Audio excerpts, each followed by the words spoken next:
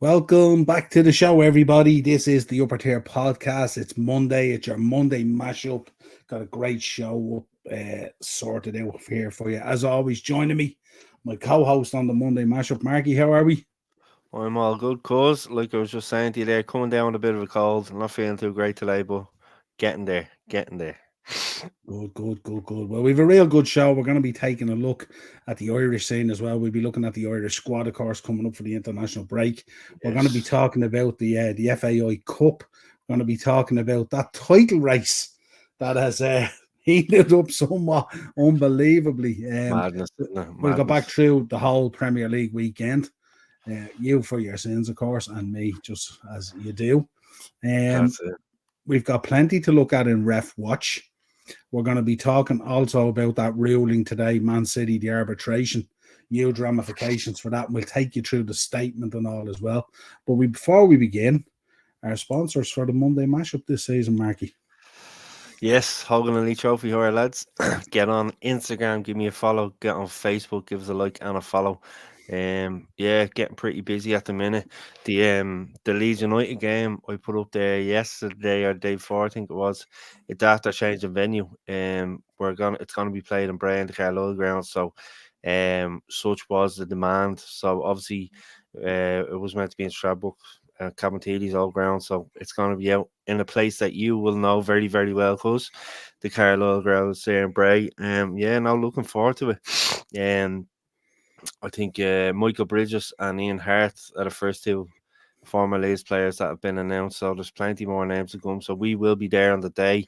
A few more United games coming up next year as well. And yeah, taking bookings for communions, confirmations, and all next year. So everything's gone good. So yeah, I've still a few slots before Christmas. So if anyone's interested in wearing any of the trophies, just hit me up. Yeah, this man has flu remedy, the boy. Sort him out. Sort him out. Hey, Ronan is doing it. Ro's doing as well. How are you, Will? Ron's What's in the as well. story, man? Ron's in.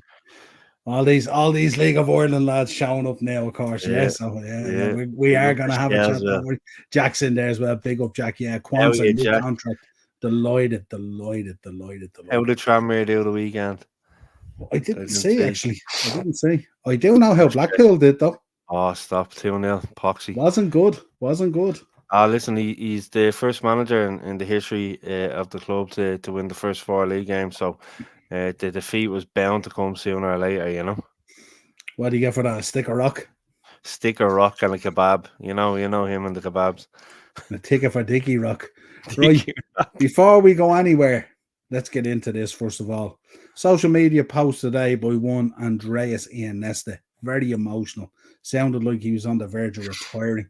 So we thought we'd take a look at this and honour the midfielder, one of the greatest midfielders that ever played a game, of course. Um, Unbelievable. let's have a quick roll call down through it and stuff like that. Where did we begin? La Liga. I like the way you segue from Hogan Elite Trophy to all them trophies there. I tell you, and You you need way did that. You obviously need to add a few to the collection because big this time, guy has them all. big time. Um, I don't know where we begin with this. There's just multiple La Liga titles: Copa del Rey, Super Copa de España, Champions League, 4 Champions Leagues, 2 Super Cups, 3 FIFA World Cups, a J1 League, an Emperor's Cup, a Japanese Super Cup, European, UEFA European under 16, under 19, and of course 2008 and 2012 senior level with Spain, FIFA World Cup 2010. I couldn't tell you how many individual awards this guy has won because the list Unreal, isn't it? there could be 40 or 50 on it, I would say. Decorations, the Prince of Asturias Award 2010. I presume these are the Spain's versions of OBEs and MBEs and stuff Yeah, like that. yeah. It's Gold nice. Medal of the Royal Order of Sporting Merit 2011.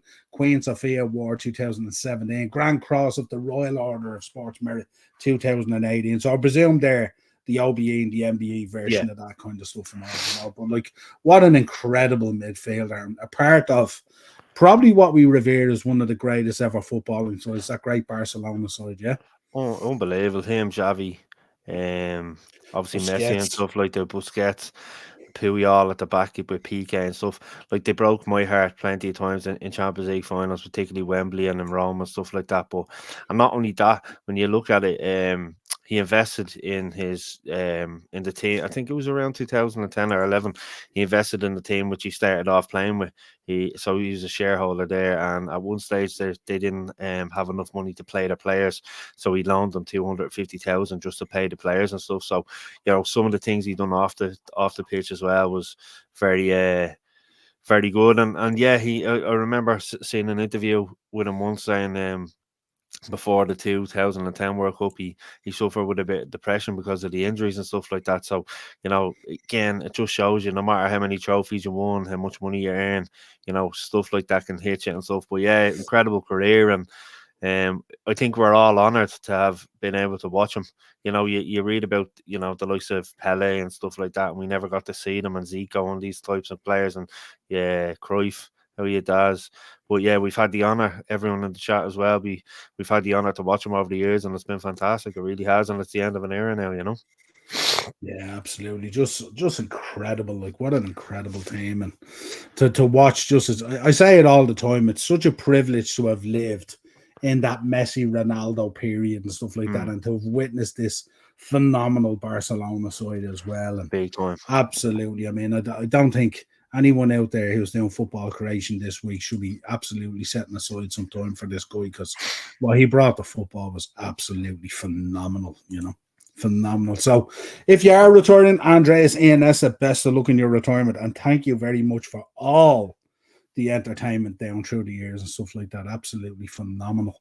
Right, let's get into Premier League and we'll run down through it. Let's start. Crystal Palace 0, Liverpool 1. Jota on 9 minutes with the goal. Thought we were going to run away. It was going to be a handy day, but made hard work of it. Yeah, if Jota had have finished off one or two of the other chances as well, he could have easily won, 3-4-0 or whatever it might have been. But yeah, it's always a tough game going there. You know what it's like in Selhurst Park, because you've seen it down the years with Liverpool travelling there, tough place to go to. But you just feel a few of the players haven't really, Eze and stuff, they haven't really showed up this season. And yeah, they've been lacking in quality. Like I said, there's one or two players getting on with age and stuff like that as well. So, but from your point of view, listen, it's 3 points on the road and a clean sheet, and you take that before the start of the match, Yeah, absolutely. Next up, Arsenal 3, Southampton 1. And this game, very like the City game, people were beginning to wonder, is this going to be one of these weird weekends? Went in 0-0. Came out, we had 4 second half goals. Obviously, Arsenal running out 3-1 winners, but made hard work of it. Southampton did create chances and had a couple of good chances.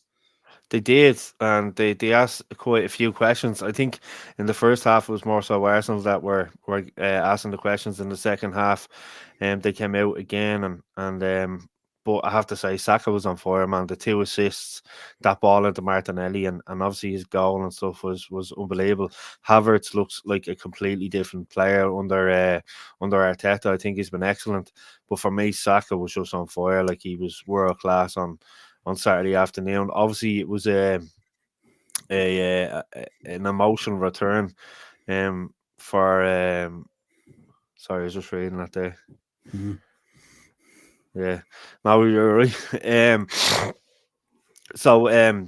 Big up Joanne. How are you, Joanne? Are you all right? I say Joanne was happy on Saturday. But yeah, listen, Southampton are always going to ask questions. But yeah, just Arsenal's quality just showed. And like I said, Saka, that ball into Martinelli, and Havertz played very well. And yeah, no, they're looking really good at the minute, Yeah, it was an emotional return for Ramsdale, was where you were going with it. Obviously, the guy was sorry, in tears, stuff like that. I got caught reading Simon's message there. Yeah. But yeah, did you see him at the end signing the shirts? And he looked like he got he was in tears during the warm up. He got emotional during the warm up and stuff like that. And you can see him at the end and stuff. But yeah, and you're seeing the players embracing him in the tunnel beforehand and stuff like that, Yeah, absolutely. And I think Arteta said in the press conference afterward that he had a word with him and told him to keep on doing what he's doing, that he's doing a great job and stuff like that. It was great for him to be able, because, some players leave clubs and they don't get to go back and say goodbye to the fans. So obviously it was a nice touch for him to be able to, stay in the Premier League and play against Arsenal, even though it wasn't the, probably after Southampton scoring and stuff, he might have thinking about taking a point off and wasn't the return that you want. But yeah, it was great to see, and and yeah, he'll do well with Southampton. So while everyone was interested in Arsenal and Southampton and City and Fulham, kind of the game of the weekend, Brentford 5, Wolves 3, went on a mad one. Unbelievable. And Brentford started off very slow this week, didn't they? They only scored in the second minute. When you think of it. But yeah, it was end to end, wasn't it? Obviously good to see from an Irish point of view, Nathan Collins been involved and scoring and stuff like that. But for me, Wolves this season, they're just lacking. They're lacking a bit of quality. They sold off some good players and they haven't really replaced them. And not only that, their marking from set pieces is abysmal at times. They're conceding a lot of goals from set pieces. So, Brentford obviously would have looked at that, and they've a big few lads in there. And yeah, listen, the VAR, the penalty slotted away, Cooley slotted away as well. The game had everything. It was just end to end. Anytime Brentford score, Wolves would have a reply straight away. But I just feel for Gary O'Neill, if I'm being honest with you, I think he's going to find it tough, and they're going to find it hard to pick up wins because like I said, they haven't really replaced the quality they lost during the summer. Yeah, and I think they came out today and said they're backing Gary O'Neill, and I was glad to hear that. No, 100%. Because he did do a fabulous job there last season, and look, his hands have been really tied this season. And in fairness to him, if you go back and you look at their results, they've kind of had a tough start. They've played a lot of teams in the top half and stuff like that as well. And not only that, in most of those games, they've been in the game. They haven't necessarily been out of the game, bar coming towards the end and stuff like that. And also, the 5-3 was quite a surprise because it was more of a basketball game than anything else. And did you see the video of Thomas Frank in the change room after? Obviously, he was delighted, but and even conceding 3 goals at home, when that happens, obviously they score 5. But if you concede 3 at home, you'd be very annoyed. But he was happy, and he was like, "Yeah, lads, get the music on now." And also, I say there was some buzz in that change room after you. I think when you're in that position that they're in as well, I mean, with Brentford as well, I think listen, don't be worrying about the goals. Get the 3 points. That's what's most important. You know what I mean? At this stage of the season, especially. Philip is in. How are you, Philip? Hi, lads. I'm late just after watching the Penguin. I hope you're a keeper. Well, Philip, what did you think of the Penguin? Have you seen it? I did see it, yeah. No, I wasn't blown away by it now. So I wasn't blown away by it. My dad watched it the other day. He was saying, all right, he thought it would have been a bit better, but I haven't watched it now myself. But Colin Farrell, man, holy. Unrecognizable.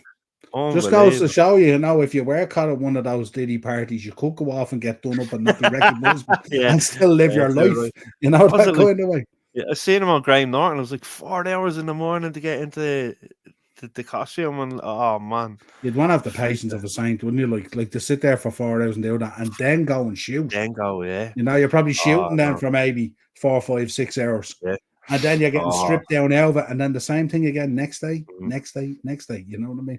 People wonder why they get paid all these millions. It ain't fun. Next up, Leicester 1, Bournemouth 0. Probably the surprise of the weekend. I would have put it down as a draw, if I'm being honest. But fair play to Leicester. They play some good football. Vardy again was this good? Yeah. Not as good he said he wasn't as good as the Batman. Yeah, correct, 100%. And there's the new Joker films out soon, isn't it? That's a great shout, William. Do you know that? Colin Farrell looks like one of the glazers in the back. Do you know what? That is absolutely, you've knocked it out of the park there. That is, he actually does, doesn't he? Commented it's scary. Yeah, brilliant. That's love brilliant. It, Will. Love it. I love it. Spot on. Yeah, listen, obviously they took the lead. I think Bournemouth, didn't they have a goal ruled out, the free kick ruled out and stuff like that. One of the players was in an offside position then as well. So, but yeah, massive 3 points for Leicester, because you'd like to think from their point of view now this could be a turning point in the season. Obviously, it's not ideal, winning at home like that, and then you're going into another international break. You just want the next game to come and take that confidence in. So, you'd like to see it be a turning point for them. So only time will tell. But great 3 points at home, clean sheet. Bournemouth, they created some chances, didn't put them away. Obviously, they're missing the Solanke factor up front and stuff like that. So, you'd be happy Leicester fan on Saturday after that anyway. And we said home form is going to be critical to these teams. So, we both said that, haven't we, on this? So, You have to be, like I said before, you have to be taking 3 points against the teams like Bournemouth and stuff like that. And then obviously, you're going to be dropping the likes to the Cities and the Arsenals and the Liverpools and stuff like that, Yeah, absolutely. Next up, City 3, Fulham 2. Fulham getting off to a good start. Pereira scoring on 26 minutes. But then two quick fire kind of goals out of nowhere from no less Kovacic. 32 and 47. Doku rounding it out with the win. And Muniz, of course, on 88 as well. Give me your thoughts on this one. And Andreas on the Sue. Yeah. Yeah, now City, they kind of look vulnerable. Obviously, missing Rodri in midfield, and they've been conceding some goals lately that they normally wouldn't concede. Obviously, listen, Fulham are obviously going to cause teams problems this season. We both know from watching them against our respective teams over the last few seasons that they're building something there. Traore, I thought, was to see him outpace Kyle Walker was unbelievable. That lad, if he could finish. Like, we know what you can do going forward and stuff like that, but if you could actually finish, you could have had a hat-trick. Fulham has some chances, particularly in the second half. They could have... I think Fulham deserve to get a point from the game, if I'm being honest with you, the way they played.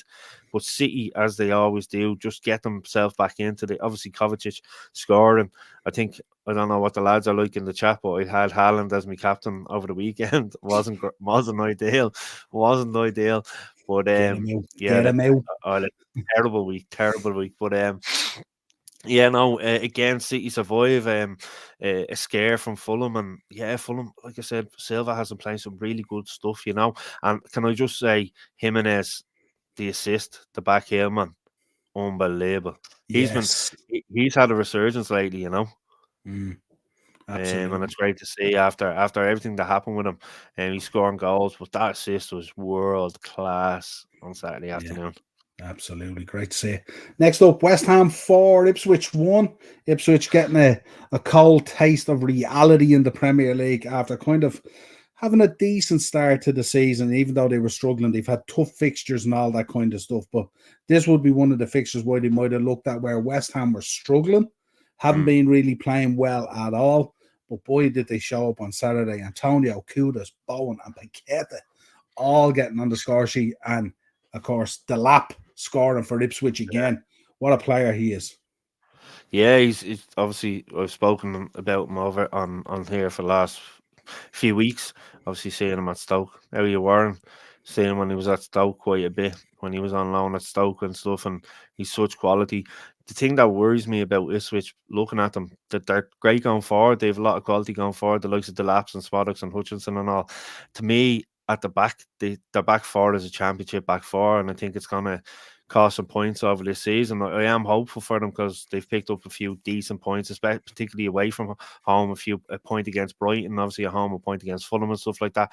That will really help them over the course of the season. But I just feel like you look at the back four, and it's just it isn't as strong as it should be for a Premier League team, But yeah, Kudus, as they say to West Ham, he was excellent, and again, this should be a turning point for West Ham in the league. They've gotten off to a different start and stuff like that. And you look at their quality that they have and stuff. I think, did Antonio get 2 or 3 assists or something he was credited with on Saturday? So, yeah, and he scored the first one as well after a minute as well. But it's just, do you know what it is? You get a bit of rhythm going, another international break. I've never seen such a disruptive season as this one. And we've another one coming up in November as well. You know what I mean? It's mad. How are teams supposed to get a rhythm going at all? You know what I mean? That's like I said, the likes of Leicester and West Ham, you win a game like that and you just want the next one to come straight away. So you take that confidence and that performance into the next game, and unfortunately you can't. So like if you've had a bad weekend, like say in Ipswich or Wolves, the international break can't come quick enough. You want to get the lads off, hopefully come back with no injuries and then regroup and restart. But yeah, just I feel for Ipswich. I like Kieran McKenna's style, the football that he plays. Like I said, the air quality going forward, but I fear for them at the back.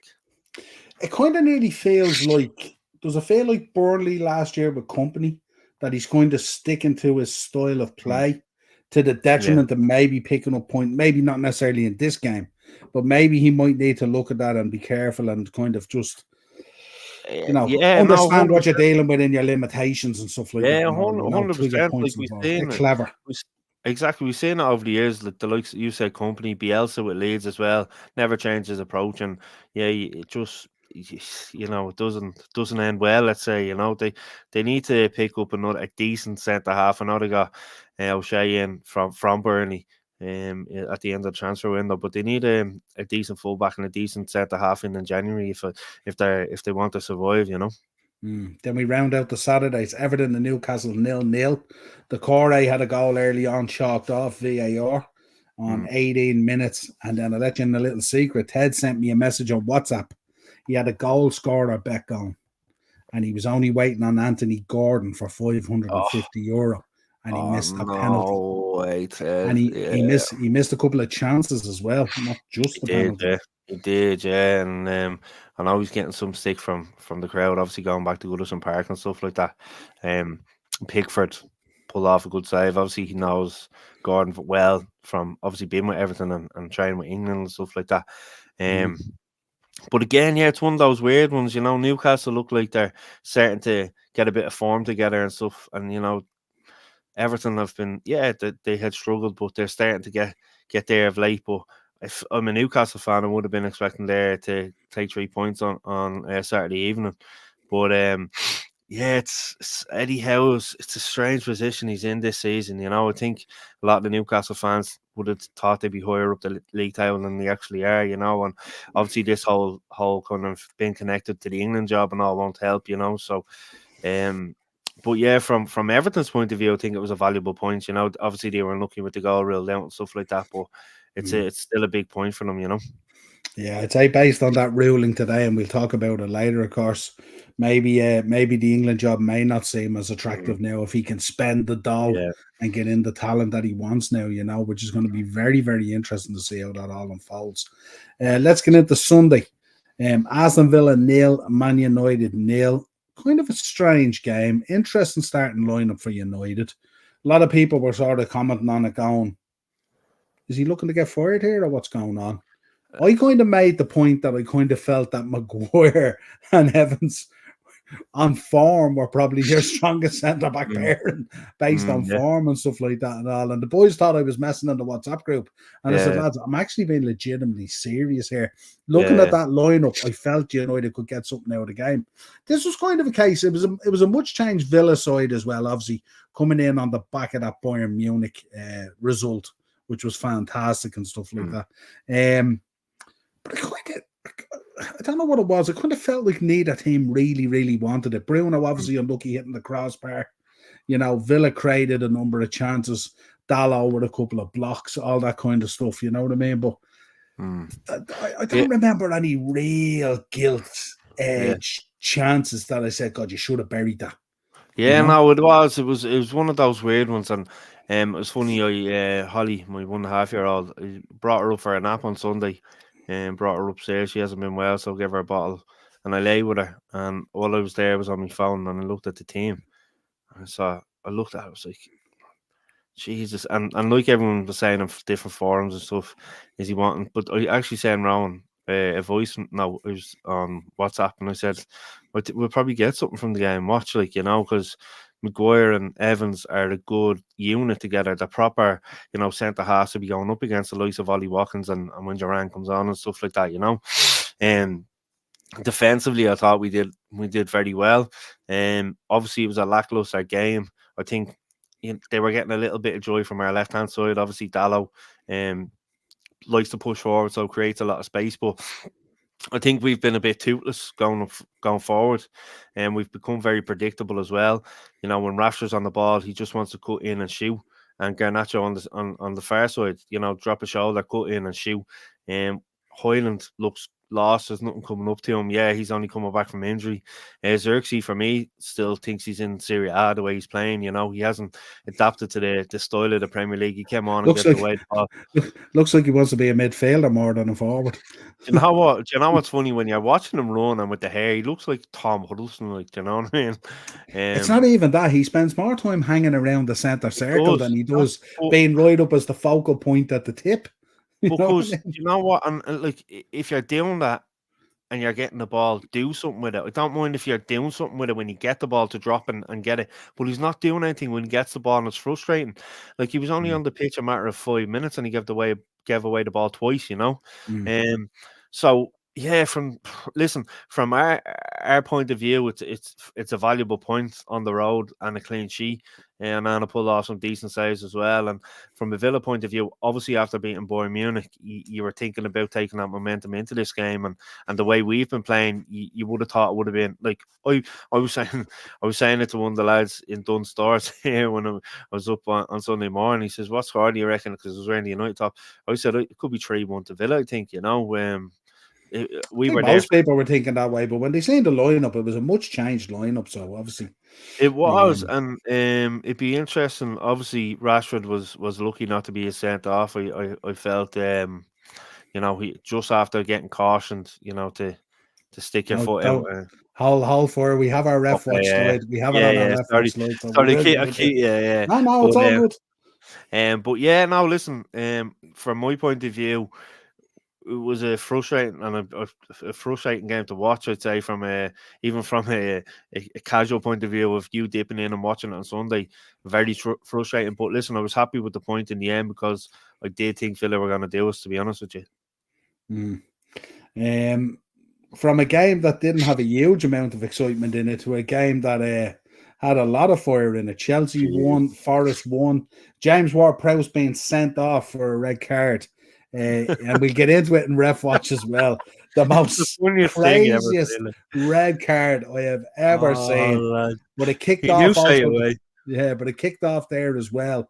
And I think there's a number of players are going to be missing. I know Cucurella's out, and I think there's one other out. I think it might be Cachet. I'm not too sure. And There's you see another player Palmer out as just well. sitting on his arse, taking it all in, just Oh, watching yeah, it. absolutely. Yes. Listen, you know what these guys are like.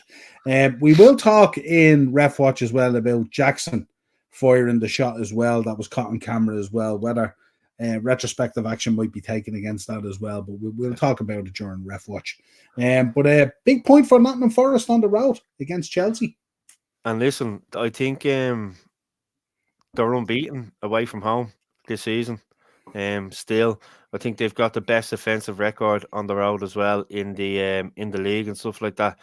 It was such a good game to watch. I'd say was a very happy man, not with the result, but the way Chelsea played as well. I think from the goalkeeper up Nicholas Jackson up top, they all played really well. Palmer again, that little flick, Zidane-esque flick around.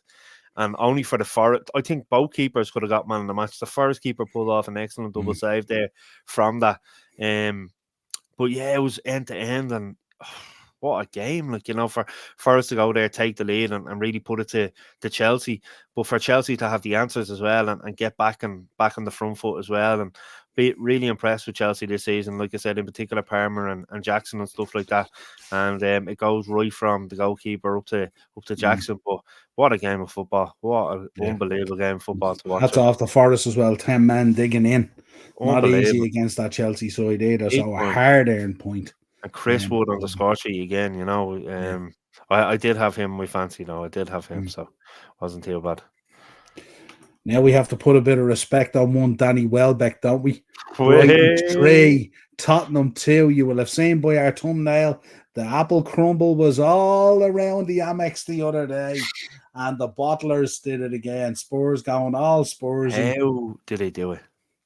Doug just came in. Big up, Doug. Good evening. And he just dropped it How he there. dug. Spurs being very Spursy. Yeah, 100%. 100% dug, man. What did you make? Ange Postecoglou turning around and saying it's probably the worst performance he's had as a Spurs manager. Yeah, look, and it started off well. Obviously, they take the lead and stuff like that. Good finish by Madison, playing some good football. But Brighton they're such a hard team to play against, and we've known that for years. It was good. Matoma coming back, obviously, and stuff like that. He had an excellent game, and Welbeck on fire again. Like, he's 70 Premier League goals now, and he just seems like he obviously because I've known him since he was at the academy. He seems like he's been around for years, doesn't he? Who would have thought it? 70 Premier League goals 70. when he's been shifted around so much, I think I read a stat. He's the same amount as Cantona. That Cantona had in the Premier League, like That's There just you go. so yeah, no, but from a Brighton point of view, what a game, what a comeback. And when he got the equaliser, you just felt the momentum was with them. They kept going at Spurs and Spurs were just crumbling and stuff like that. And yeah, you could see Ange at the sideline. He wasn't a happy camper at all. And just obviously, listen, Song is still injured. They'd hope to get him back hopefully after the international break and stuff like that. But because you missed that bit of quality. Yeah, But I think I don't know whether they're worried about goals. The weird thing is kind of defending and stuff like that, which is kind of weird because they have Romero there, they have Mickey and Van de Van de Ven, Ven, Oro's there, Udogi's there, yeah, Vicario and Nets. They should be able to sort this. Like, I mean, Brennan Johnson is scoring for fun at the moment now. he's on I mean, fire. obviously having Timo Werner in there is a huge distraction, obviously, because that guy, I don't know what story is with that guy. I don't know how he plays up front, to be honest. He just has no finishing at all. He's Madison is now unreal. finding goals and all, and like to go 2-0 up at half time, to go in, you should think, right, And, shut this down next 15 exactly, minutes, yeah, keep it nice and tight, keep control of the ball and all. We know that Brighton are going to come out like a house on fire. That is what they do, and they do week in, week out. They just folded. yeah, Absolutely yeah. folded. And like you're at 2-2, you give Danny Welbeck a free header inside the 6-yard box to make it 3-2, and you're looking around going, lads, this is just like a bottle job here. And like Doug said, it doesn't surprise you with Spurs. They go and beat us 3-0 at home, and yes, we had Fernandez sent off. I don't think if he had stayed on, it would have changed the game much. The way Spurs were playing anyway, like, they were playing well enough to beat us 4-5-6-0 on the day. And then to go to Brighton the following week, go 2-0 up, and like you said, just see the game out, and they do the most Spursy thing ever and lose 3-2. Just unbelievable. Yeah, interesting. All right, interesting. And we can see the table is starting to take shape now and stuff like that. Liverpool, Man City, Arsenal, Chelsea, Aston Villa, Brighton, Newcastle. Like that. Are you going to go down as far as 14th, or are you going to just... I was going to start at 20th and work my way back up to 14, to be honest, because I think what have you got next? You've Brentford. And Brentford, I was only looking at it the other day after, because I yeah, think it's you've a another couple of Europa game wedged you're in return there as well. yeah, you're returning to a couple of decent games, the likes of Brentford and stuff like that, and also, Well, I wouldn't you know say what I mean? Brentford's a decent game for us at the minute, to be No, honest but with I you. mean, you know what I mean? A tough game, I meant, actually. Yeah. You Yeah, come back. so Brentford on the Saturday, Fenerbahce away, then West Ham away, and then Chelsea at home. I presume that's And an Fenerbahce international being break then, Mourinho. yeah, Mourinho, yeah. Yeah. Fred is there and stuff like that as well. So Be interesting. Right. Let's get in. Let's Irish it up a little bit, and let's talk quickly about internationals coming up. yes, Squad release there the other day. Matt Doherty excluded. It was the big news coming out of this. I think the rest kind of explains itself. There's no real craziness in there like that when you get down through. It's kind of what you would expect.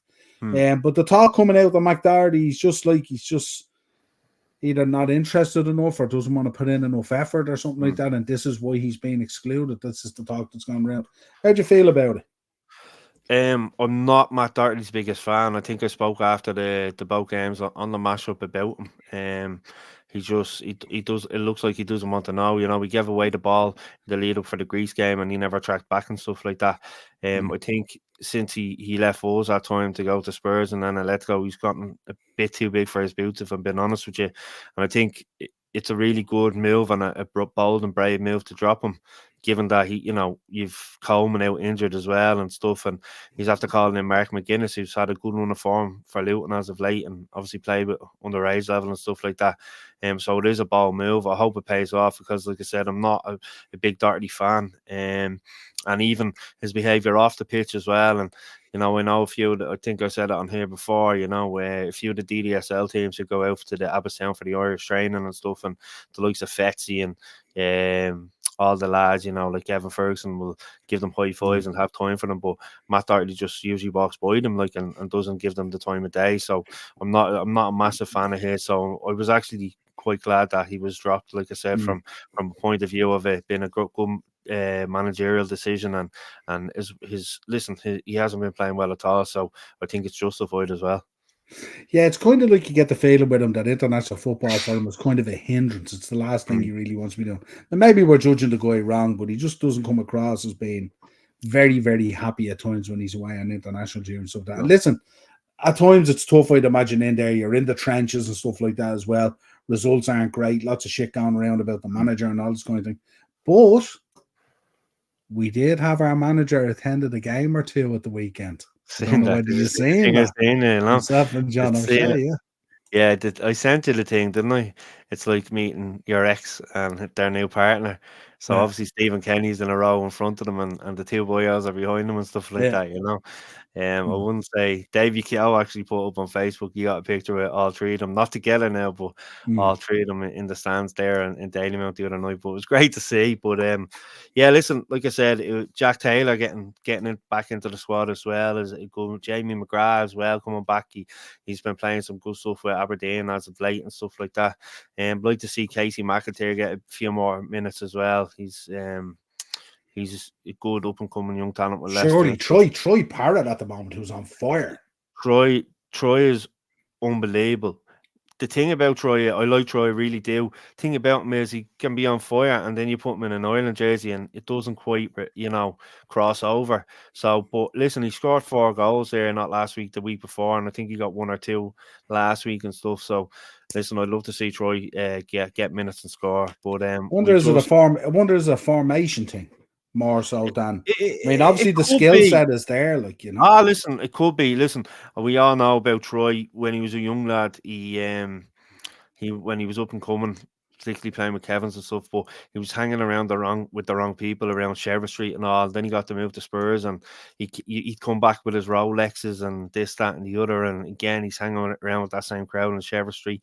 And so, nothing wrong with Sheriff Street, but just the group that he was, involved in wouldn't have been the best for him. But now I think you can see it over the last few years, and he is maturing a bit as well. So I'm hoping to see him get minutes and get on the score sheet because he's definitely some. Listen, we've been missing Evan. Obviously, he's with injury and stuff like that. He is getting back into it, but we need goals. Adam isn't wouldn't be the choice for me. I like to see Troy definitely either start in one of the games or come on for at least 30 minutes in one of them. Yeah, absolutely. Philip wants to know what Seamus out. Sorry, we'll go with Doug first, Philip. Yeah. Doug wants to know, do you guys think Ten Hag loses his job? I don't think he does. I think they'll run it to the next international.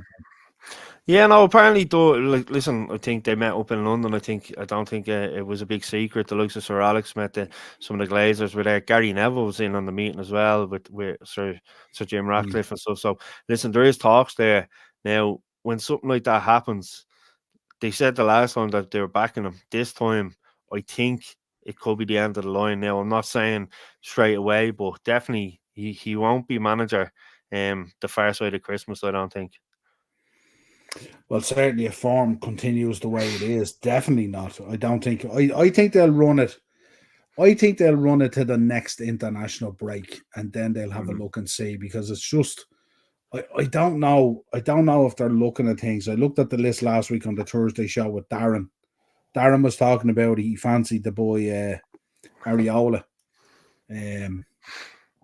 That he might be the one to go for. So I'm not too sure, but I've seen on Manchester Evening News there today. I think it was this morning. Tuchel's been lined up. Sorry, yeah. I'm not a big fan of his, if I'm being quite honest. But yeah, I think Manchester Evening News were reporting that this morning. So you wouldn't know what to believe, yourself this time, especially with an international break. They're going to fill the papers with loads of. Yeah, but the problem with Tuchel is you have a number of players in there that won't be on Tuchel's kind of radar. De Ligt for one, especially at Bayern Munich, who's come in, certainly wouldn't be on Tuchel's fan on Christmas list. But I don't know. I just think I don't know if taking him out and putting Rude in is the answer. So I don't know. Also, I'll come back to you. Quick fix anyway, that's a way, but not in terms of just having them there, It's kind of sticking a plaster on a wound, really, isn't it? But it's like it's not really like. But again, it's just we've seen it happen before, obviously with the likes of Solskjaer coming in and and stuff like that. Obviously, Giggsy came in when Moyes was sacked and stuff. And yeah, listen, it creates that bit of yeah, United legend coming to manage the club, but it's only so far that will take you, and you need someone with experience and someone that's been there before to manage a big team like us. And it's going to be difficult, but like I said, it's not very good if they're meeting again for the second time in less than a month. All the directors and stuff like that. Yeah, I mean, there's obviously concern there. I mean, look, we're not going to go down that stupid path of relegation battles around that type of thing. You're 5 above the relegation zone, but I mean, you're misfiring, you're not scoring goals, and I mean, you look at times. Onana has been outstanding at times in keeping in games as well. His turnaround's been unbelievable. He's now ranked the #1 keeper in the league, isn't he, for clean sheets and all that and stuff. So fair play to him and stuff like that. And he came out for a lot of stick last season as well, and he came out and fested up to it as well and stuff and all. You know what I mean? So that's the kind of thing you want him. What did you make of him? I'll big up Nathan as well. Yeah, absolutely won today. Doug, congratulations to all of you. Young lad, is it? I was actually, Doug, I was actually going to send you a message today, and the missus called me, and I put the phone down, and the phone went into, power saving or whatever it was, and I forgot to go back and send it to you. So absolutely congratulations. Listen, man, it flies by. I've 3 here, 23, 21, and about to turn 18. Man, 1 minute they're 1, the next minute they're 18, and it doesn't change. It's fantastic. So big up. I could see the pictures, Doug, as well, were brilliant as well. The smile on your mush was fantastic. It's phenomenal and stuff like that. No, kids are just. Who does Doug follow? Liverpool. Liverpool, yeah. So Nate can be another little Liverpool fan. Yeah, absolutely. Philip is in. I don't want Tuchel at United or Southgate. What did you make, just before we move off that United situation, actually? What did you make of Berbatov? Absolutely on a mad one. Talking about how a lot of these players should be doing what Johnny Evans does. Johnny Evans being man of the match and all that kind of stuff. It's kind of embarrassing that he's man of the match, isn't he, with the kind of talented players that you have out there and stuff, isn't it? That this man coming in, 38 or whatever he is now, and he's putting in the man of the match performance. No, yeah, John, what's he, 36? Obviously, Scholes, he said it as well, from a point of view of this lad came back to train with United. Obviously, he's a good lad. A lot of the lads will know him. His missus obviously works with MUTV and stuff like that. He's a Premier League winner with both Leicester and ourselves, but he's coming back to train, and then you throw him in there. But listen, it doesn't say much about us, but you can't take that performance away from Johnny Evans. He's 36. He put in a great shift against Villa, and deservedly so got man of the match. And I can understand. Listen, Berbatov, legend of the club as well, and I know where he's coming from, but it's frustrating. Listen, we're worst ever start to a Premier League season ever. It doesn't get any better than this, and I think he broke his own record from last season. Yeah, last season. So, I know that the board of directors are meeting up in London tomorrow. So, I don't think it spells. Like I said, it'd be the second time they've met in a month, and I don't think it spells good things. What did you make of the video footage? There was some video footage between himself and Ruud having words on the bench, and Ruud was kind of suggesting different things to try and stuff like that, and Ten Hag was having none of it from what we've seen. And then Marcus Rashford came off as well, and Marcus Rashford basically turned around and said he doesn't know what he's doing. He's mad. He's on a mad one or something. Doesn't know what he's doing or whatever it was. In fairness, I agree with the Ten Hag sub of Rashford. Will obviously go on and talk about that in ref watch and stuff like that. But yeah, you can feel the frustration and stuff like that. Apparently, Van Nistelrooy has said to people close to him that if he does take over, he doesn't want to be seen as the one that kind of stabbed Ten Hag in the back and stuff like that. But he was brought in to do a job as a coach and stuff. And obviously, if you're a manager, yourself and the coaches, you don't get on all the time. There's obviously Ten Hag's playing a certain way, and Van Nistelrooy would want United to play a different way, and it's going to get frustrating. And I think it's just the media kind of hypes it up a little bit more than it actually is. Especially, listen, given that his job is on the line and going into every game now, they're going to highlight anything they can from the bench. Yeah, and I think we're rude in there as well. I mean, let's be honest. I mean, your front line is misfired in big time as well. What's it, 5 goals now in 7 games? Horrible. Isn't exactly something to be turning around about either, you know. So it's but You're not it's talking about the game against Barnsley where we scored. you probably wish you had a saved a few, so put them into the Premier League. Watching the replay on YouTube now, just to cheer myself up, you know. Yeah, you don't want Tuchel or Southgate. Yeah, No. I was talking to Darren on Thursday about this, and I made the point that if Allegri came in, he'd fix you up big time at the back because he's quite defensive. Yeah. And but you might have to work for a period through a lot of 1-0s and 2-1s and stuff like that kind of Italian way and stuff like that. But I don't think that would upset you too much considering your current position. You take it. Listen, we've seen it with Mourinho a good bit when he came in and stuff like that. I take Tuchel will just fall out with everyone. Tuchel will just have a mare and he'll be gone by January. And Southgate, I don't know whether Southgate might put you to sleep in the stands with his answer. Yeah, I wouldn't have thought definitely. Would you want a lad to come in that didn't start Cole Palmer in any of the Euros games and look at Palmer's quality and stuff like that? The chap, no, definitely not. 100%. Absolutely. Rolls me in. Big up, Romy. How are you, my friend? Don't forget, folks, actually, this week, Thursday, we'll be doing the wrestling show because obviously we've no football show. So myself and Darren are going to review Bad Blood and various other things and stuff like that. So it'll be Thursday. Show will be going up tomorrow. So make sure you have that bell notification. Wrestling show Thursday, yeah. Oh, yeah. Johnny Evans must still be playing football since I was in primary school. I'm 26 now. Absolutely, 100%. You're right, Romy. Eric Ten Hag is too stubborn, typical of the Dutch. Yeah.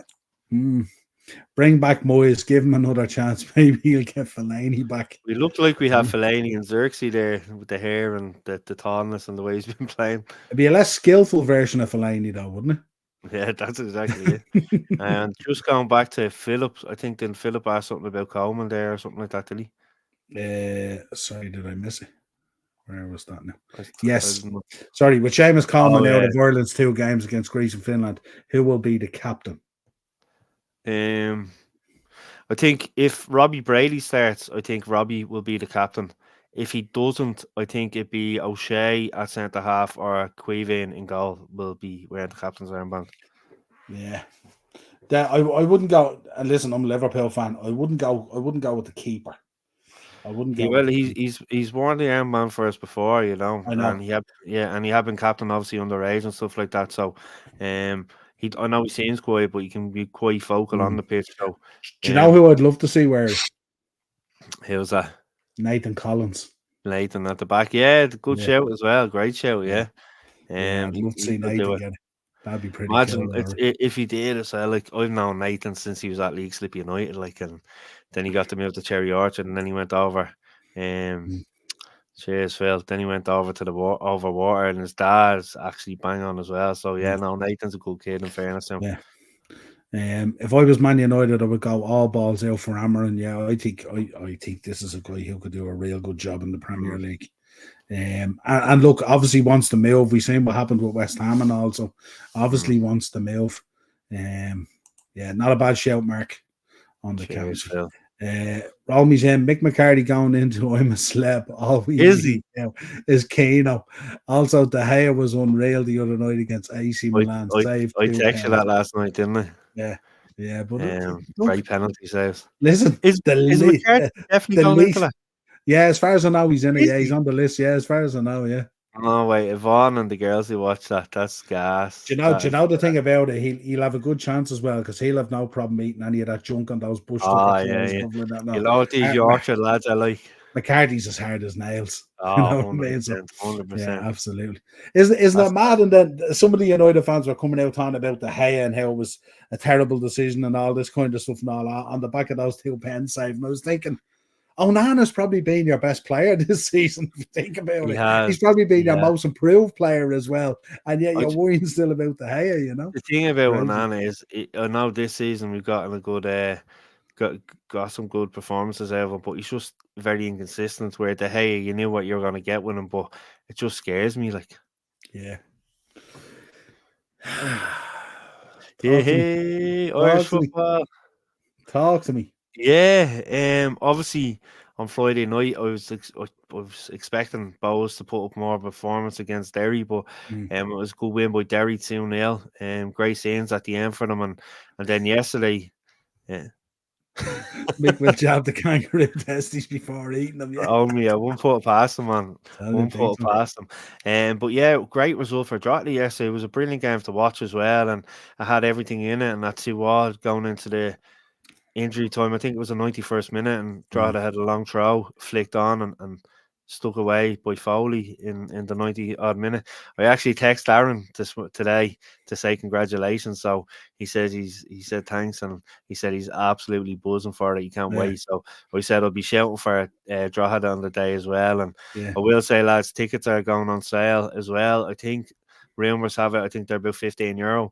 So if any lads out there, like, go, it's in the Aviva, it's a cup Mm. final, it doesn't matter who you support, it's going to be a great atmosphere and stuff like that, and Yeah. just go down and support, because I don't think they'll get beat the 36,000 that Pats and Bows got there 2 years ago, but it'd be great to see at least At £15 for 25,000. a match in the Aviva, why wouldn't you go? At £15 And or 15 especially a euro. final, Yeah, especially a final as well, yeah, So yeah. now I'm looking forward to it, and hopefully Drogheda can do it, because obviously we don't want to see Derry going for the double. I felt for my pal James Keddy. Yeah, I see him on the sideline. Yeah, You know, I felt yeah. for him. He did a good interview afterwards and all, saying he was proud of the run and stuff like that and But all, and that and they it's played obviously pretty tough. well yesterday, because Yeah, if you see it, like, mm, they created some good chances, and yeah, it was just unlucky. It's one of those long throw into mm, the box in injury time, and it's kind of panic stations, little flick on, and yeah, yeah. it's such a heartbreaking thing The one thing to you'll lose. always get from James Hill, you'll always get a real good brand of football, a real Yeah, watchable brand of football as yeah. well, and stuff like that and all. You know, it's No, good lad and stuff like that. You know. well, no, listen, Darren Mark, he's from Lucan. He Mm, plays in midfield for Drogheda as well and stuff like that. So I will listen, just because I'm a Shell fan, but I'd like to see Drogheda. Like I said, I texted Aaron earlier, congratulations, and I said I'd be cheering for Drogheda anyway. So we'll try to get him on mm. at some stage, back on again at some stage as well. Hopefully with a winner's medal around his neck. Yeah, that'd be cool. Where do I want to go? What am I going with next? Let's talk about the title race. Mm. Yeah, very interesting. Obviously, Shell. If there was ever a definition of shitting the bed, this Yeah. this will go down in history as if this happens, the ultimate crap the bed. The Yeah, no, ultimate crap the bed. it's very Spursy, as Doug said earlier on. Listen, one This should win. be done. This should be Oh, done. 100%, cause one win in the last 10 is not. I sent you the form table earlier, didn't I? It's not Shock. good enough to win the league, and you look at how far Rovers have come up the table. I think they were around where Waterford were there only a few weeks ago, Mm. and we always knew that they were going to pick up. They always like going on these little late runs and stuff like that. Um, but in fairness, Chelsea didn't play bad yesterday. They created some good chances, just didn't take them. Whereas Rovers did. I had just massive game against Waterford now at home next week. They have to win that, because you're looking at it there, Derry with the 2 games in hand, and then the last game of the season is, like I said, is Shells and Derry. So for me, it would probably go to that game. Rovers have Pats coming up as well, I think. So that's going to be. Oh no, sorry, Bows, I think, as well. So they have a few tough games coming up, but Shells they need something, man. They haven't been scoring. Obviously they look very frustrating and stuff like that. And yeah, he plays for Derry around me, yeah, centre half for Derry. They look frustrating, but like I said, 1 win in 10 at the business end of the season is not good enough. And You can yeah, they feel could it. be. You can feel it through the TV. You can Oh, feel the tension through the TV. These man. guys, I think on the pitch, they must feel like they're running through a swamp as well. Like Mm, they're bringing it out there, and there's a nervous tension inside them that they need to get out there 100%. and get this job done. Hundred But percent, it's and it's going to be interesting actually as well for some Shells fans and League of Ireland fans. On Saturday, the 26th of October, there's a match on in Talca Park. It's a Shelburne 11 against Drumcondra 11. It's to raise money for one of the Shells fans. But nice. Jason Burns, after being announced, but the other day, Wes Houlihan's coming back to playing it. So if there's any lads that want to go and watch Wes, Saturday 26th, and it's a donation at the gate as well, so you don't have Right. to pay. It's just a donation. So Yeah. who's Janelle Grant, she's the one with the lawsuit with Vince. And your man, what's your man as well? This, Laryngitis. yeah, Laryngitis, yeah, absolutely, yeah. so, but Yeah. yeah, that game, like I said, Wes Houlihan's going to be at it and stuff, and it's just a donation on the gate, Brilliant. towards the charity. So I think it's 2 o'clock on Saturday, October 26th. So lads, get down. Jason Byrne, Glenn Crowe, Wes Houlihan, all these old lads. I think Mark, one of our old friends, Mark Rutherford, it's going to be there. Richie Baker's going to Mark, be there and stuff awesome. like that as well. So Awesome. yeah, get down, lads. Get down to Tolka and watch that on Saturday. How would you see this playing out? Give me a prediction. Oh man, it kills me to say, but Put it out obviously, there because I'm going to clip it, so put it out there. I think the momentum, and obviously with the game in hands, it's Derry's really, isn't it? Like that's what I'm feeling. I think Rovers will like Shells. If Shells don't win against Waterford on next week, I think that's them gone.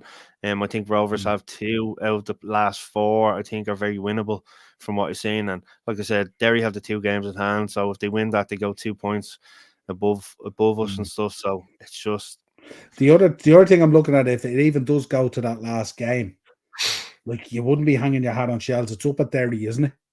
yeah, no, not Yeah. at all. You wouldn't. Not with the Yeah. form. He needs to get them in. So I'm just gonna check here who he needs to get them in and like recharge the batteries. Yeah, Derry play Bowls at home next week on the Friday. They've Sligo on the Monday. Sligo are tricky. They've Dundalk away. Then Dundalk haven't been Forget great. about it. Pats away, that'd be tricky. That's on the 25th on the Mm. Friday, and then the last game is against Shells. Then, so if anyone, obviously, Bowes could take a point off them. Sligo, you'd hope that they'll beat Dundalk. Pats could get a win against them. But I'm just gonna go to Rovers It's last. like, you know what it is? It's like Duffer needs to get the lads and take them out of the football I bubble at the moment. I Bring them I off was for a bit of archery or clay pigeon shooting I or something like that, I and said it to me get dad. them out there. Go to a pool hall, have a little game of killers, or go do whatever. Just a fun day out for the lads, or go play football for something like that. Just to get their minds off it. And I was only saying that to me dad earlier on, to be honest. But let's see, Rovers. Romy's in there. Is Johnny Kenny back at Shamrock Rovers? Who's it? Johnny Kenny Kenny? is with Dundalk. Dundalk. He's playing with Dundalk at the minute. Romy. Fixtures. Sorry, I'm just checking up Rovers. Yeah, no, take it one. Games here, the next few games. Right, so they're playing Drogheda away next week. Then they've done Dark away, Waterford at home. That's it. Yeah, no, you'd expect Rovers to win those next 3 games and get 9 from 9, and then Shells, like I said, Waterford now next week. Yeah, Waterford at home next Friday. Drogheda at home, and then Derry away. So yeah, If it's gonna be. Rovers win the league this year, this will be probably one of their greatest comebacks, won't it? It will be. The collapse from Shelbourne is just like to go 10 Uh, games without a win when you're like there and you have one hand on the yeah, trophy. Like, yeah. Stephen Bradley, I think, rattled Duffer the other night with his comments and stuff like that, saying that it's oh, been I poor and stuff like that. Look at you, you're all set. have it. Love it, love Have it, it. That love was it, my love next it, point. That was my next love it, point. love it. Someone's winning the psychological battle big See time. that? Damien Duff See that? believes that his Shamrock Rovers counterpart, Stephen Bradley, disrespected the rest of the league by suggesting that the close title race is down to a drop in quality. Do you know what? I don't think it. Like, you look at the likes of Sligo and the likes of Pats. Pats, obviously, Kenny came in. He didn't get off to a great start, but they're after building something there, and they're a very tough team to play against and beat. Both have been in different. Waterford always tough, but surprise package Galway. They've been quality this season. Listen, So we know Stephen Bradley doesn't believe this. He's yeah, rattling lads and he's putting lads' 100%, noses out of joint and he's pissing 100%. lads off and it's spilling onto the pitch. This is what happens. Bradley, He's Bradley been is the biggest wind-up he's merchant been ever. messing with Duffer's head now for a good few months. This is not Oh the yeah. first time. Bradley is a wind-up merchant. I had 2 run-ins with him up in Roadstone at underage games and stuff like that. And And one of them, he was like really winding me up, and he was in the technical area. I don't know if I told you this before, but it was Crumble against Rovers. I think it was a 15 Premier game for the League of Ireland underage came in, and he was just annoying me. So he was in the technical area, and I looked at the team sheet, and he wasn't on the team sheet as a coach. So obviously, if you're not down on the team sheet as a coach, you can't be in the technical area. So Yeah. I told him to get out. He wasn't too pleased. He wasn't happy at all. So he got one over on him, but he is a wind-up merchant. He can be a bit of an asshole, to be honest with you. What you need to do is you need to get that story onto Duffer, and you need to get Duffer to put that out there and counteract this stuff that's going on. Seriously, because do you know what it is? I have a few stories about Duffer, though. Yeah, of course we do. But like, it's this would be horrific. Like, you'll never live this down. You'll never live this. This will follow you right till the death. You know what I mean? This is a collapse and a half.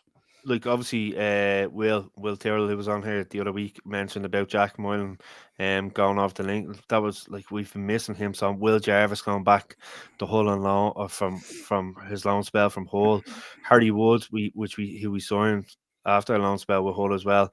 Yeah, he probably hasn't made the impact that I would have liked him to make. But we're just lacking goals, we're lacking confidence, and you can see it, like Will and Phil. To be at the games week in, week out, home and away, and David, who's usually in the chat as well, and Keno, who would have been on the show a few times and stuff. They'd be at all the games, and they tell you it isn't clicking at the minute. It is kind of squeaky bum time, and like you were saying, and I said it to me dad earlier, get the lads out, get them on a team, build a day, forget the training, forget the football, just get them mentally relaxed, ready for the last few games and the run in, you know. Question for William, obviously, in the chat. Are you feeling it on the terrace as well? Is it flowing through you guys as well? Because when I look at it on telly and stuff like that, I see the atmosphere. The atmosphere is rocking. So there's no issue with the atmosphere. But is the nervousness in the stands also adding to the nervousness that's on the pitch? Or how are you feeling about it? I mean, you guys are in the trenches at the moment.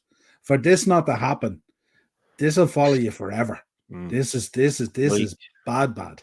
Like Phil said there, this is the best chance of winning it in a long time, like over 2 decades, 20 years. When you think about it, if they don't do it now, as I said, this should have been won and paraded and in the trophy cabinet and done.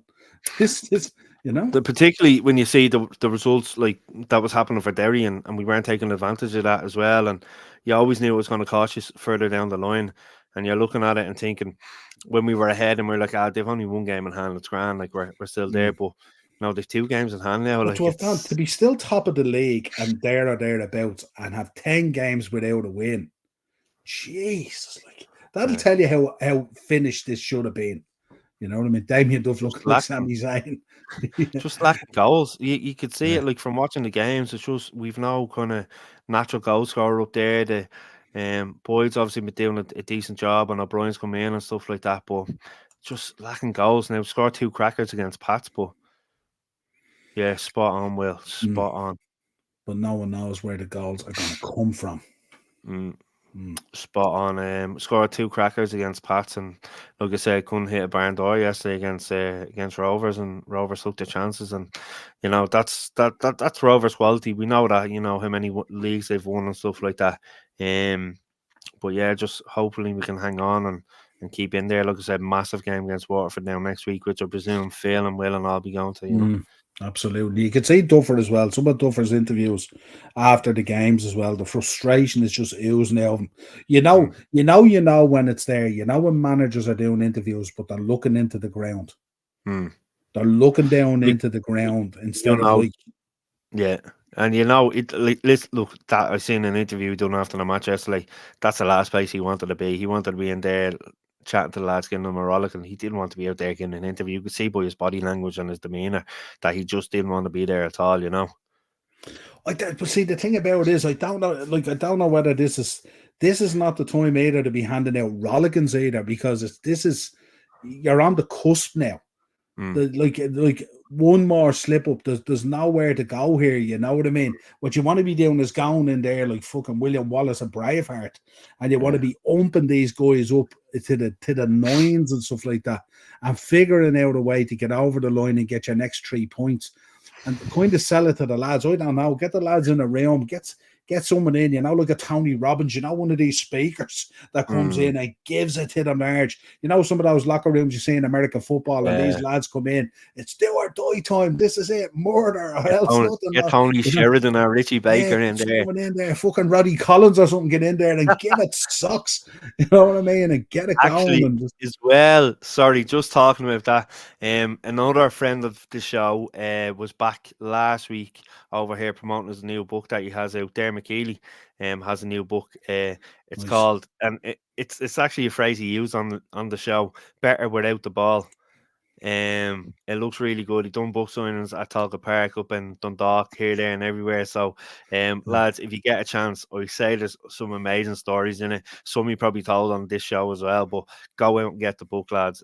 I'd say there's some unreal stories in it. Like, yeah, sounds good actually. We should try and link up with him again, actually, and get him on to talk about the book. Yeah, must give him a message. That'd be a fun interview. Drop him a message, maybe get him on and have a chat. I'll send him a message. 100%. Get him on. We'd have a bit of crack.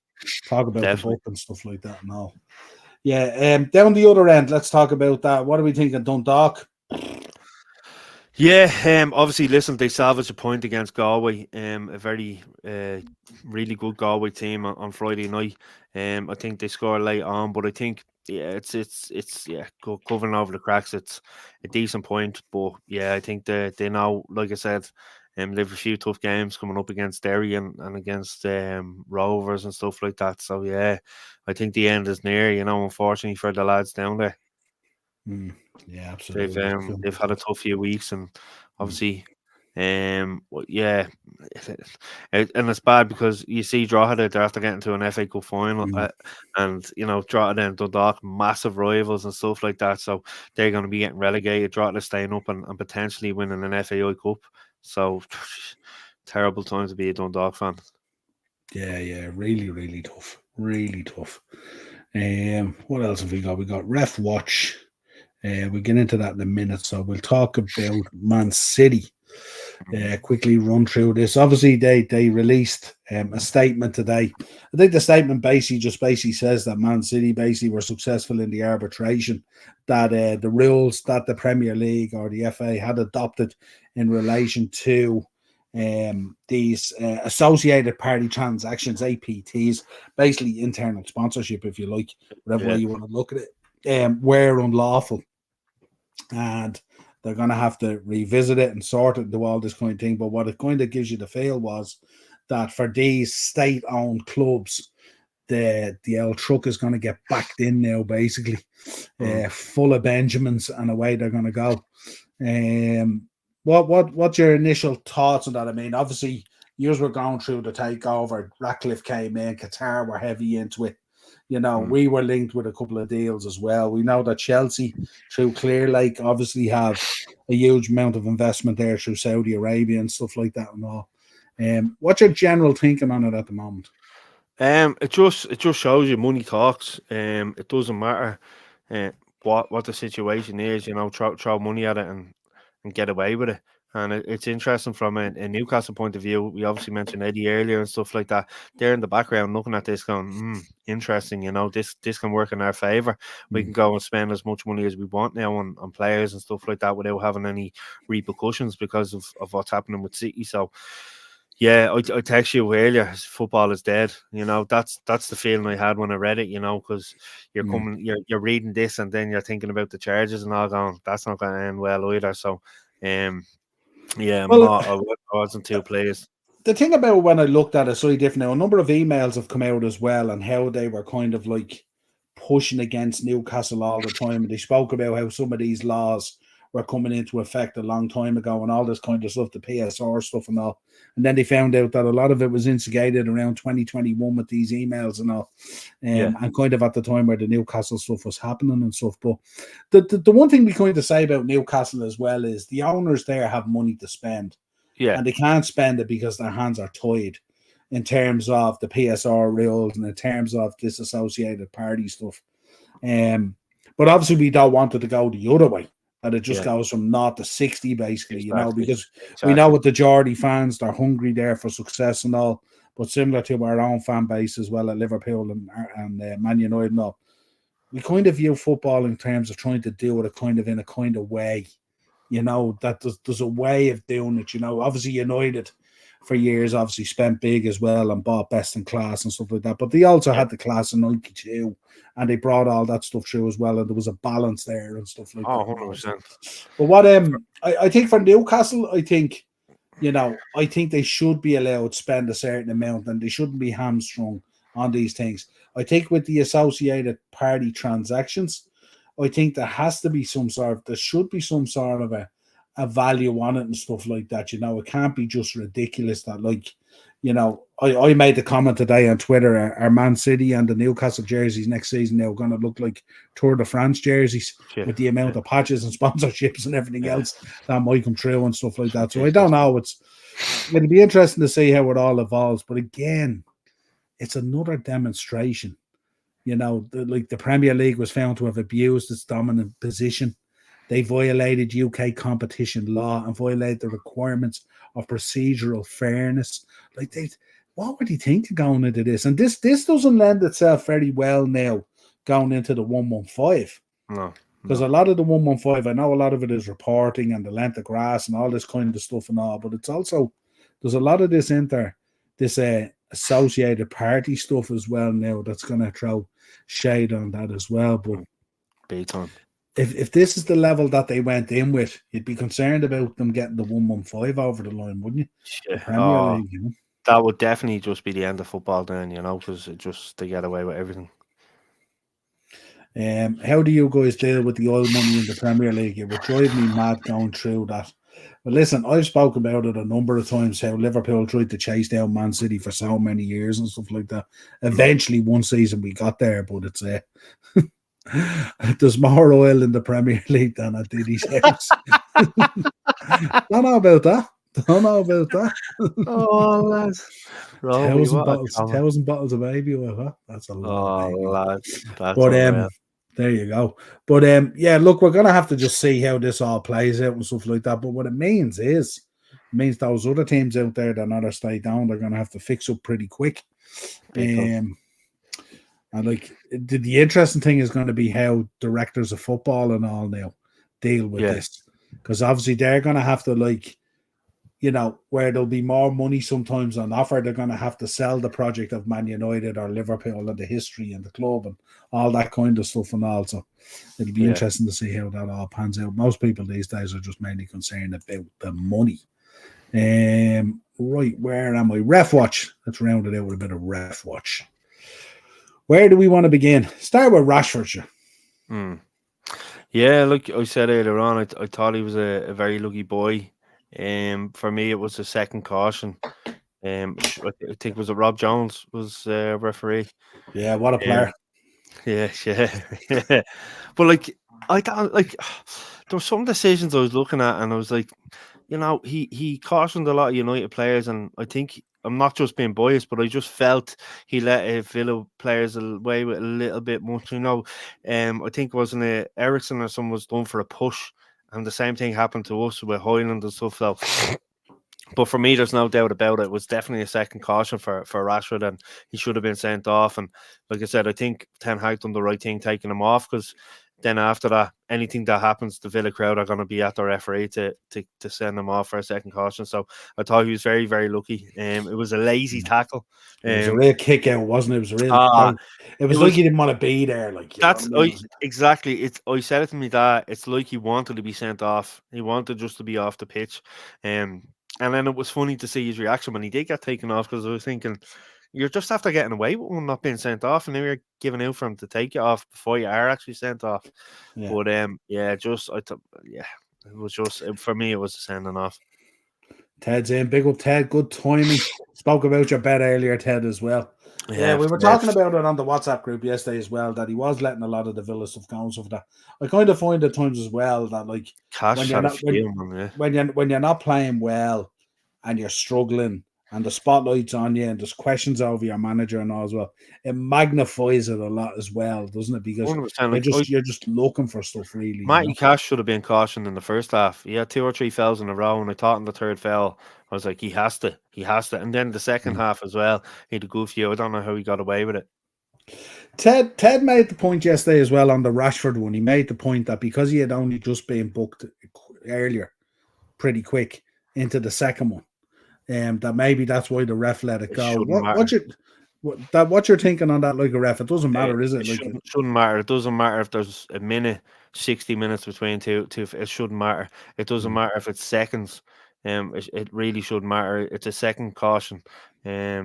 For me, and like I said, he's a very lucky boy to get away with it. So, and listen, not only that, he knows he shouldn't be diving in like that and kicking like that. Sorry, after just getting caution. So no, it doesn't matter. It doesn't matter the time difference between it. The referee has to make a decision. Before we get back into the Premier League, because obviously I included the arm tug off Virgil van Dijk there, because I know a couple of weeks ago we had an arm tug as well, didn't we, in another game? So I wanted to include it. But Bruno sending off on Thursday against Porto. Yeah, I thought it was harsh. If I'm honest, I felt for him again. He doesn't make contact. He's about a foot away from. Listen, I know he's high up, but he's not going in there to kick your man in the head. And he doesn't make contact, so I felt it was a bad decision. I don't know. Did Dazzler comment on Thursday? Yeah, no, I think everyone kind of felt the same with the amount we were watching. Darren had it on Thursday. He was watching it. I was just following it here. I thought it was a bit harsh as well. Now, when I first seen it, I thought he was a bit closer than he was, but he was a good bit away. Yeah, I think the angle of the camera. Yeah. First see, you think it's closer. He might be an inch or so away, but nah, he's a good foot or so away from the player. Strange to go up that high though, knowing that you've just been given a red at the weekend that got rescinded. You come into this, you're after getting a booking. You're giving a ref a decision to make by doing this. You know what I mean as well. So he's going to win the ball. He's trying to get possession for the team to get it down the ground and play. And yeah, listen, you can't fault it for that. If he hadn't went up for it, he would have been given out saying he should have went and tried to win the ball. Yeah, absolutely spot on, Ted. Yeah, absolutely. Right, Van Dijk, the little arm tug.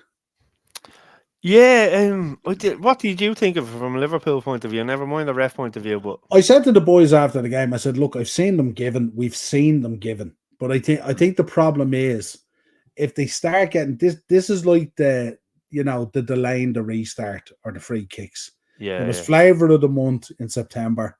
Now it seems to have gone away in October because everyone's now doing it and no one's getting carded. I think the problem within the box, especially on set pieces, corners and stuff like that, if you're going to give them by the letter of the law and stuff like that, like everyone's grabbing everyone in the box. So exactly. where do you draw a line on it? That's the thing. Like at the start of the season, the refs were sat down and asked for a bit more physicality to be allowed back into the game. So if you're gonna start giving them, like you said, you have to give them for all. There's always going to be pushing and shoving and tugging. Actually, Matty Cash wasn't in the box or anything, but when he's grabbing onto a jersey, that should have been under a caution as well. So you see that in the box all the time, grabbing jerseys. Remember Chris Smalling used to get done for it all the time and stuff like that. And you're like, lads, don't be grabbing the jerseys. A little push and a shove here and there. Like we seen, I think it was Evans yesterday with, I don't know who it was. Was it Duran when he came on and there was a bit of shoving and pushing? The referee had to go over and have a conversation. But they're trying to allow more physicality. But at the same time, if you're giving it for these tools and stuff like that, like you said, you're going to be giving away a penalty every week. And it's just, no. For me, Yeah, and the problem is when you look into the box when a corner is swung in, you might have 6 of each player in there. They're all hugging and grabbing each other and stuff like that and all. You know what I mean? 100%. Like the very first time I've seen a penalty given for something like that was in the World Cup. Do you remember Niall Quinn against Spain? Yes. That was the very first one I can remember being given. And it was obviously implemented at the start of that tournament. So that's how far it's gone back. But you see it like there's people nearly assaulting people in the box at times and there's nothing given, And because there's so many players around, like obviously an attacking player wants to get on a goalkeeper and you're going to have the defender there protecting his goalkeeper. So there's going to be a lot of pushing and shoving between them two. Referees at the edge of the box, the assistant referees there to help. So there is a lot going on. But yeah, like I said, if you're giving it, you're gonna have to start giving them every week, and there's gonna be penalty after penalty every week. Then Yeah, I think what you make of William there, the only positive Bruno getting sent off against Porto was the forces Ten Hag to do something different. It does, but do you know something? I think going against Fenerbahce and Mourinho and stuff like that, you might want a Bruno Fernandes in there. Especially, you look at obviously playing Ericsson and Casemiro came on the other day. Mainu's form hasn't been great either. So I don't think you can say anyone in midfield has particularly performed well. But the difference with Bruno is he can come up with, like, obviously hit the bar from the free kick against Philly. He has that little bit of quality. But yeah, it's going to be interesting to see who he puts in there against Fenerbahce and stuff like that, Yeah, it's a real difficult one as well because you're trying because you can have several people doing it as well, and it can be both ways. You know what I mean? So I don't know. It's a hard one to judge. I think a lot of United fans are going to really see what we lack without Bruno. Yeah, I think he's obviously one of those players that he's had a real poor season so far, but you kind of have to stick with him and kind of play him back into form, don't you? Really. But he like I said, he's quality as well, and he does have these moments, the balls that he plays, and from set pieces. Don't get me wrong, he's such a whinge when especially with referees and stuff like So that. unlucky with the free kick the other day as well. It was a He lovely did it free so kick. well, like I said, when you've the likes of Ericsson in there, Mainly was not playing great either as well, and you really see, Bruno was holding everything together really in terms of the midfield. Yeah, Ward-Prowse. Yeah, it's the funniest thing I've seen in a long time. He knows he's lost the ball and he just dives on it. He knows he's on the caution already. And listen, he knew he started walking off before the referee even took the second yellow out. That sort of way. So he knew straight away. I just thought it was hilarious the way he done it. He's like diving on it like he was a rugby player or something like that. Yeah, the footage that came out of Jackson as well, throwing the hand into your man's face, call it punch hand, whatever it is, stuff like that. Would you expect retrospective action on that? Or? Absolutely, 100%. It should be. We've seen it time after time. Like, do you remember going back, Ted, in the chat? Well, no, Casemiro getting sent off for grabbing, I think it was Will Hughes by the neck that time on the sideline in Old Trafford. I mentioned that a few weeks ago again. Like, the stuff like that is a straight red in the match, and then you look at that and there was no action given. They'll have to look back and give them. It wouldn't surprise me. Like, it's something that you don't want players to start doing. Obviously, there was a little handbags and a melee, and like I was saying, Palmer was sitting there on his arse, just watching it all. But yeah, that's the type of thing that starts. I think he'll get retrospective action and possibly a 3-match game for his actions. Yeah. The only reason I'm asking is because we're playing them next. So that's why I'm asking. To be honest, it's out of sheer grade. Philip, will Mason Mount be back for the Fenerbahce game as Bruno suspended? Philip, so Mason Mount, please stop. That lad is a scrub, an absolute scrub. I'm not even messing here, and he is the last guy you would want in a Turkish kicking competition with Fenerbahce. I can tell you that now. Yeah. He is the last guy in there because he'll take 2 kicks in the first 2 minutes and he'll be getting stretchered off again. That guy is a scrub. We're saying it. Go on, yeah. No, you might bring in one of the younger lads from 100% from the 23s, even give them an opportunity. Do you know what you need? You need some big fucking prick off the 23s to go in there. Yeah, one of those lads, exactly. Yeah, he'll go in there and we'll fucking put it up to people, stuff like that. Mount is a winch, honestly. Like he's just. I was saying it some lads the weekend. I think his brain looking ahead of some of the other players. A few times you'll see him looking up to the pass and nobody is moving. Yeah, Bruno, yeah, definitely. Like, you look at Xerxes, no movement down at all when he was up top, and I think he got the ball, flicked it to his left-hand side, and there's no one there, and you're looking at him going, what are you doing? Like, yeah, but the amount of times you picked up the balls as well for breaks the other day as well, and then you just come back around again and recycle it. There was one over on the left wing where he picked up the ball, and all he had to do was play a ball down the wing. Yeah. the player was through and stuff like that, and he just turned back in again and recycled it through the middle again. But I think a lot of that is just confidence. Just That's confidence. it. Lads, any chance we can buy McTominay back before the Fenerbahce game? No, I take him on a heartbeat. Cash the bucks.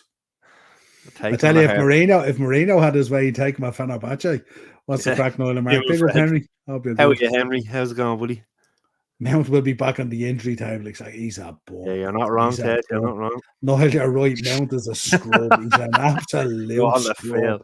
I'm not even going to mess around here. That lad is a scrub.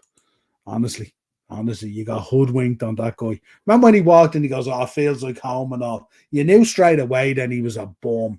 Straight away. Do you know what? I was a fan of him at Chelsea, to be honest with you. I thought he was really good, but I was a fan of him at Chelsea about 3-4 years ago. No, but that's what I'm saying. Like, it was, and not in recent times. I remember he captained the team in a few FA Cup games and stuff like that, and we just haven't seen the best of him at all. Like, yeah, absolutely. What's the other one?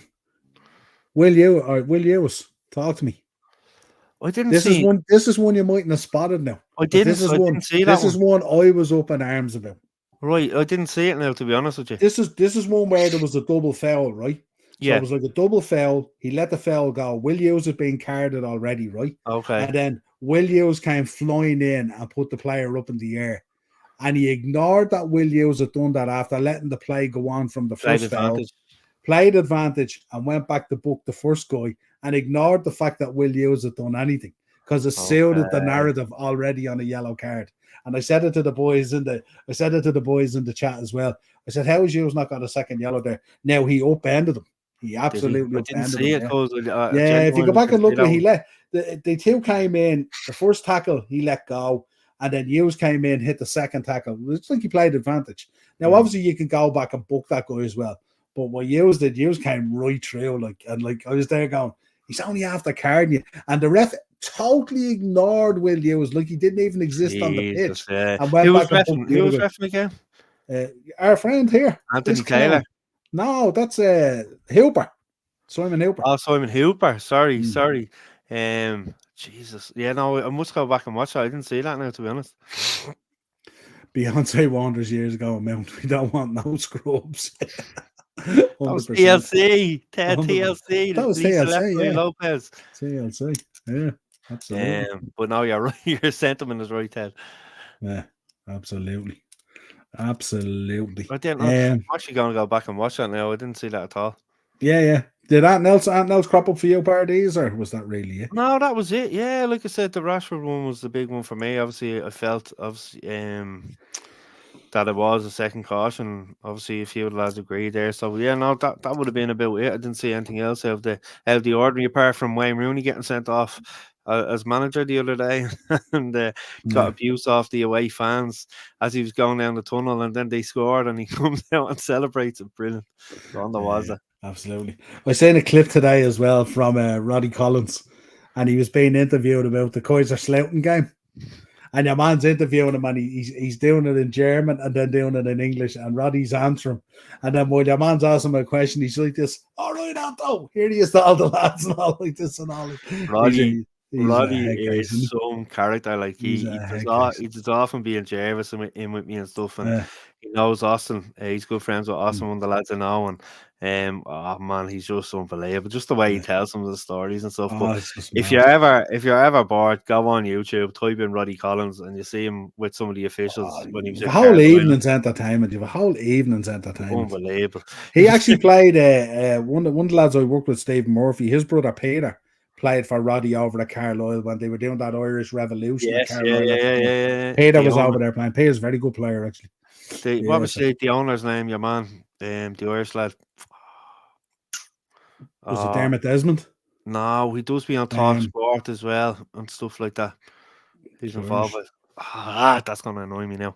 But Roddy, there was one, and he's on the Carlisle, and he's having a bargee with the fourth official, and he's slagging his man. And then they ticked up in an accent in his Louis Copeland overcoat and all and stuff like that. You know, this is a Larry Murphy. Yeah. Rowan's still in the chat. If you're still in the chat, there's your real mate Larry Murphy. Yeah, absolutely. Right, great show as always. So we'll have to figure out for next Monday what we're going to do because we ain't going to have ball, and I don't know whether we want to take a look back at Irish internationals, do we? I'll try figure something out. I'll get onto Dermot and a few other lads during the weekend. We'll Yeah, try see, get we one of might them get on. an interview for Monday or something like that. Yeah, we'll try to get one of them on Yeah, Monday. if Yeah, we can't do 100%. if we can't do that, we'll put together something. But Yeah, we'll absolutely. figure it out. Or we'll do midterm reports again. But I don't know whether we want to do that either, do we? No, that's it. No, I'll But send a message to Dermot and stuff like that, and see what the story is.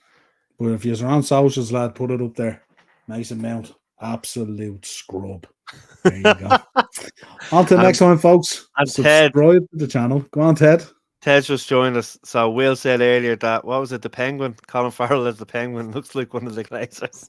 With the show end, let's say it again. Fuck Anthony Gordon. Somebody tell the prick he owes him 500. 550 quid, Ted. 550.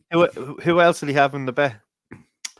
I can't remember. He did it. He threw it out, I think, on Beat the Bookie the other day, but he threw it straight away. The wrestling show, Daz, is on Thursday. We're doing it on Thursday because we've no football show. So Darren's coming on Thursday night. We'll take a look back at all the latest wrestling stuff over the last week. We'll get Darren's thoughts on the McMahon documentary as well and his thoughts on Bad Blood. I haven't watched it. Is it good? It's worth a watch. A lot of it you will kind of know. It's when it gets to the latter stages, you're kind of getting a little bit in episode 5 and 6, you're getting a little bit of what you might not have known. But I think because there's a federal investigation, they paused a lot of the lawsuits to go through that first and stuff like that. No, I'm sure they put their hands on it and they dampened it down quite a bit because obviously they didn't want that and that would impinge the court case, you know. And I see Martha, Owen Hart's wife, has come out again back in the spotlight, blaming them for the death and stuff like that. Listen, I get it, but they settled the lawsuit, you know what I mean? I know it's tough and all. Jota, Havertz and Buemo and Gordon.